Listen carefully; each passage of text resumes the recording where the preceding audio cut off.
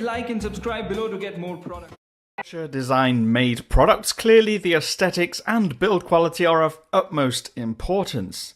The company prides itself on making fashionable devices, normally crafted from a beautiful metal and featuring modern angled frames. The P'9983 is no different, and as you'd expect, it features some classy materials. The rear shell, for example, has been crafted from a bespoke glass weave material which looks very much like carbon fibre. From the inside you can see the weaves in detail. The outside has a very glossy finish. As you'd expect, a surface this shiny is also a huge fingerprint magnet. But on the rare times that it's clean, it's one of the most beautiful finishes I've ever seen on a phone. This look is further enhanced by the smoky chrome BlackBerry logo. And for that added element of Porsche designness, the camera and LED sit inside two perfectly round metal rings embedded in an industrial metal rectangle panel.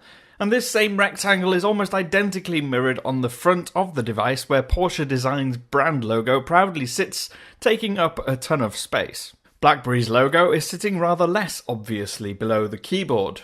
The metal frame around the edges continues Porsche Design's industrial look with its soft anodized finish, chamfered edge, and angular chin. Of course, it has Porsche Design's monogram on both sides, and the device actually is very comfortable to hold in one hand. The 4-row keyboard on the front has been made from what BlackBerry's site refers to as a synthetic glass-like material.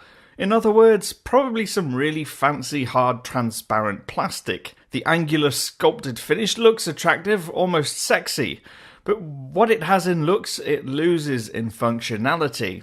This is one of the hardest to type on physical keyboards BlackBerry has ever released, not helped by the fact that the phone is considerably smaller than both the Passport and Classic. They also have a disappointing, weak, spongy feel when trying to type, which doesn't help matters at all. It conspires against you along with its shiny, almost slippery finish and cramped positioning, almost daring you to try speed typing and then waiting, ready to laugh at you when you fail. But damn it if it doesn't look sexy while it's doing it. There's comparatively little to say about the Porsche Design's display or performance, because from here on in, there's little to admire about the hideously expensive smartphone. The screen is a 3.1-inch 720 by 720 pixel square AMOLED panel, with a pixel density of 328 pixels per inch. It's actually quite sharp.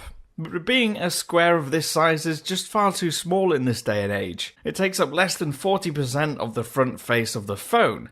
Even for a BlackBerry, that's not a lot of screen real estate. There's only enough room for about 4 rows of messages in the BlackBerry Hub inbox, and its size and shape means that most apps aren't very well optimized. Particularly the Android apps available to download from Amazon's App Store. Saying that, colours are very saturated and contrast levels are decent enough, but it is quite reflective. You can forget watching videos on it too. Along with its display, its performance would be adequate for a mid-range smartphone.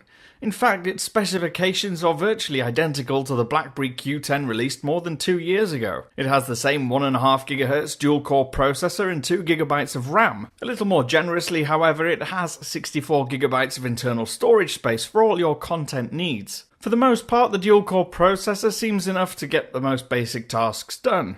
Sliding in and out of the hub to the apps or the home screen is achieved fairly effortlessly with little stutter. It's when you get to loading web content or apps that it shows weakness. It takes a little longer than I'd like. Maybe it's a lesson in patience for me, but it's one I don't really want from a smartphone. If there's one element of performance I found impressive, it's the battery life. On almost every occasion, it got me through 2 days of use on a single charge. But part of me thinks that's mostly down to the fact I was using it less than I would a daily driver, just because I found typing and doing anything on it so frustrating most of the time.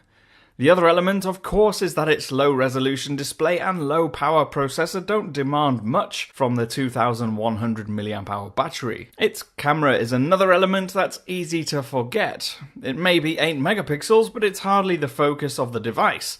Image quality is a little fuzzy and shutter speeds can be slow. It's okay for taking the odd unimportant shot in good daylight, but once light diminishes there's little you can do about the noise and distortion that creeps in. It's hard to judge this phone against any others because it's not designed to be an all-singing, all-dancing flagship device. But at the same time, I'd expect a lot more from a phone that costs almost double what an iPhone 6 would cost, or in fact more than double what an iPhone 6 would cost. The only thing that I see it offers is a beauty and a design and perhaps the prestige of owning a Porsche design product. It doesn't really have anything else of value, and I could almost justify the cost if it was the hardware or the performance and specifications of a BlackBerry Passport, all dressed up in some really nice fancy materials. But it isn't. This is just a BlackBerry Q10 in some fancy clothes. If you want a great BlackBerry, don't get this phone.